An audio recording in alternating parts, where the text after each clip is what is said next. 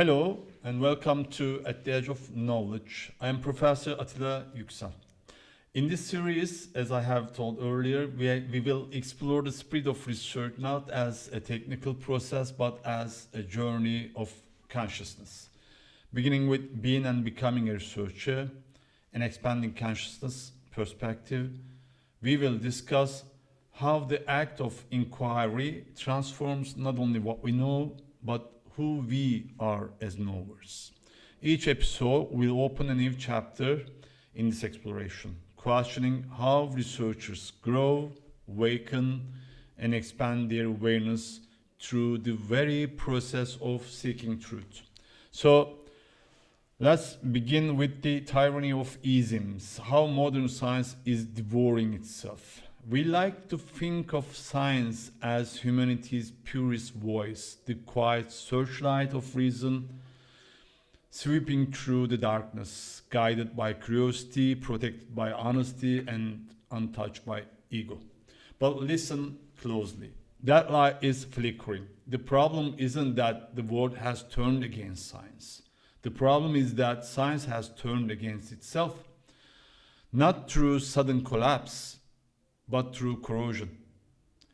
A slow, silent decay from within, powered by a swarm of invisible ideologies, little isms that have colonized the very mind of the modern researcher.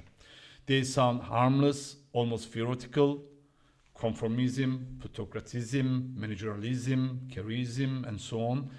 Then come Tribalism, Scientism, Instrumentalism, Incrementalism, and deeper still, Positivism, Quantificationism, empiric-centrism, philosophism, sophism, scholasticism, each one rational, even necessary in small doses, together a quiet tyranny, a system that rewards safety, obedience, and spectacle, while devouring the very spirit of discovery it claims to protect. So let's look at the corrupt social fabric. Before science lost its purpose, it lost its people.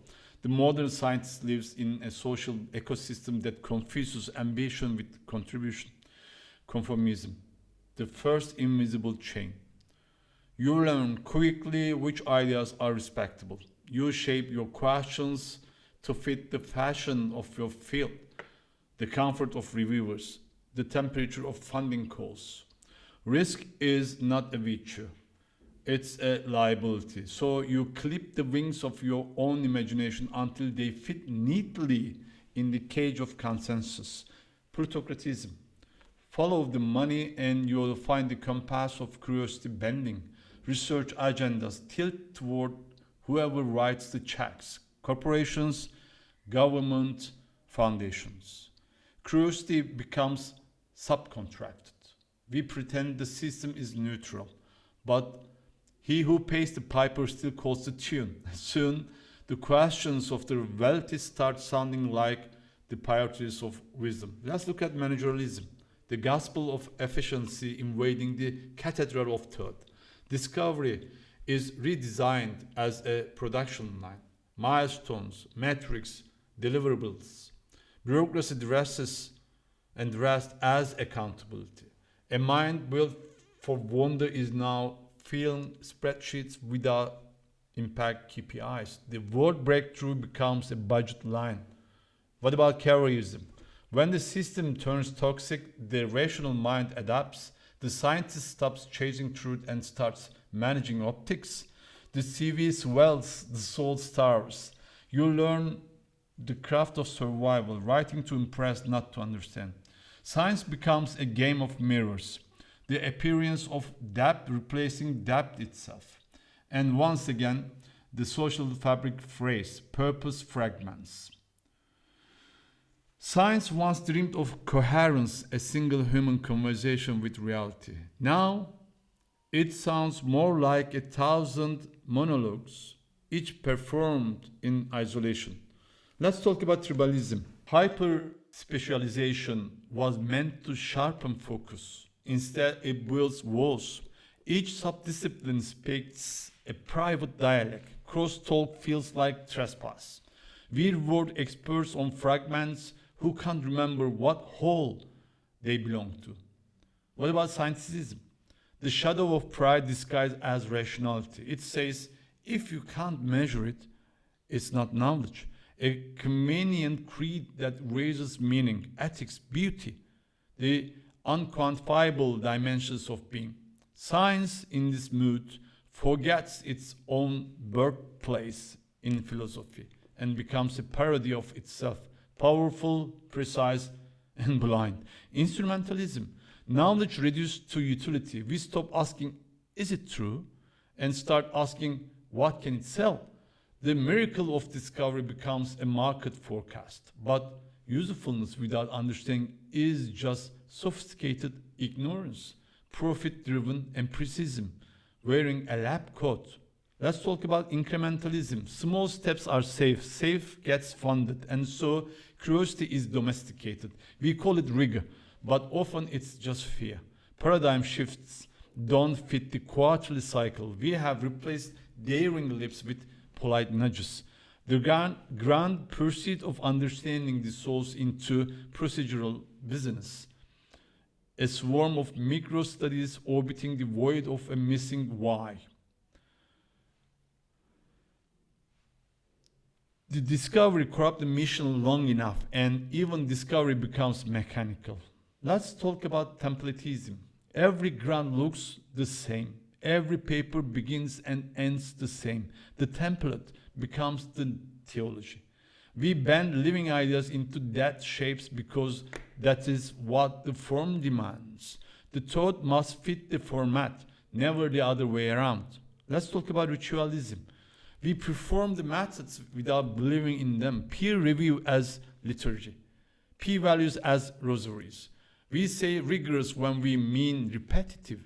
Science once an act of daring skepticism now resembles a priesthood of formality.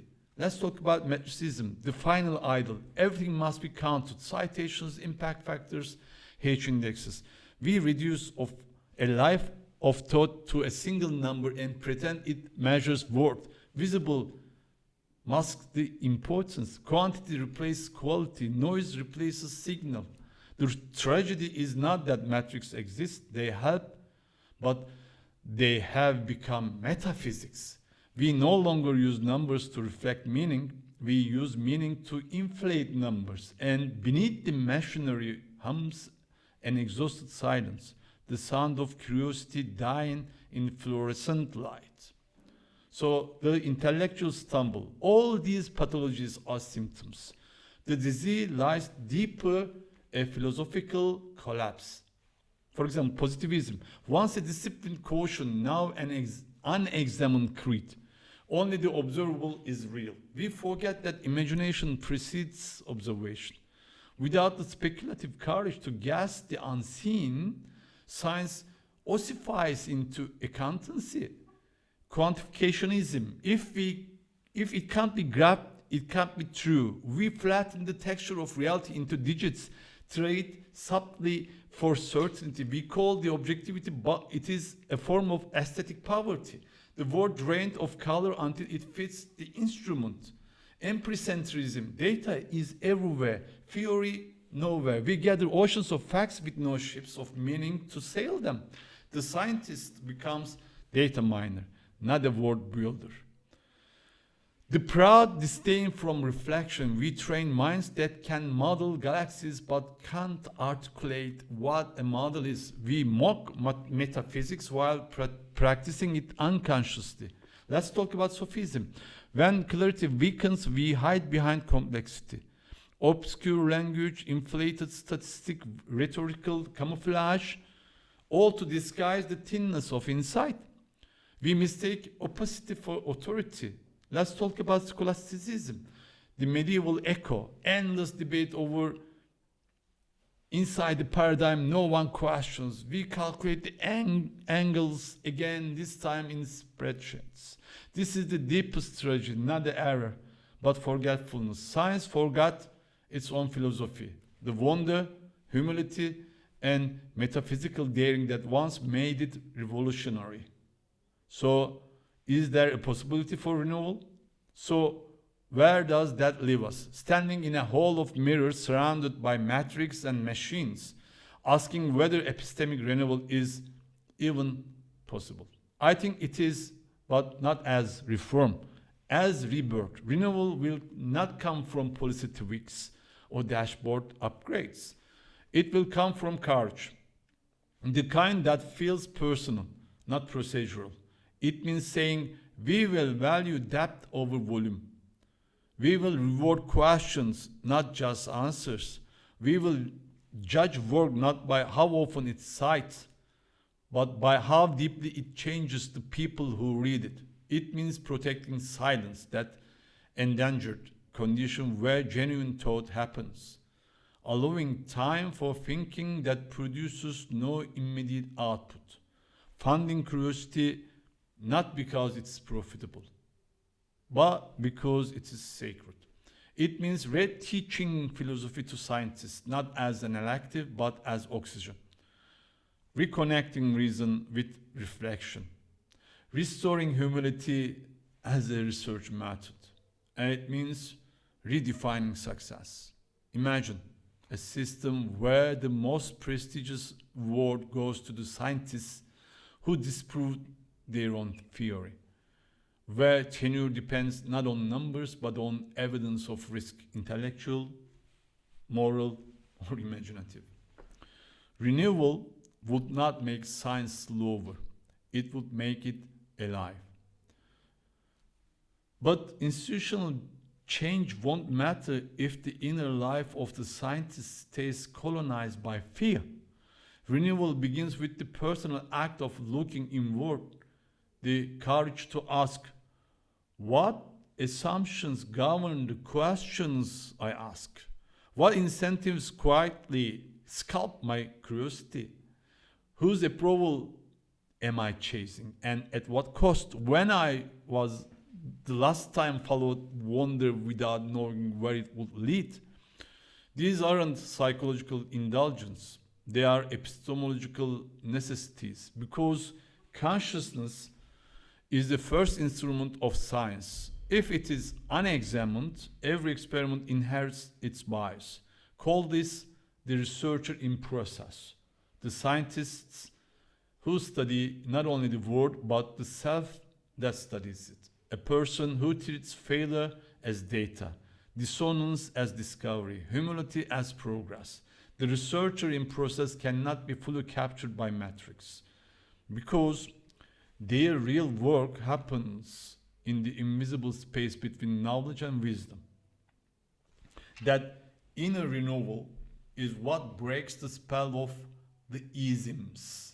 It dissolves the need for pretense, replaces competition with curiosity, and makes integrity feel like oxygen again.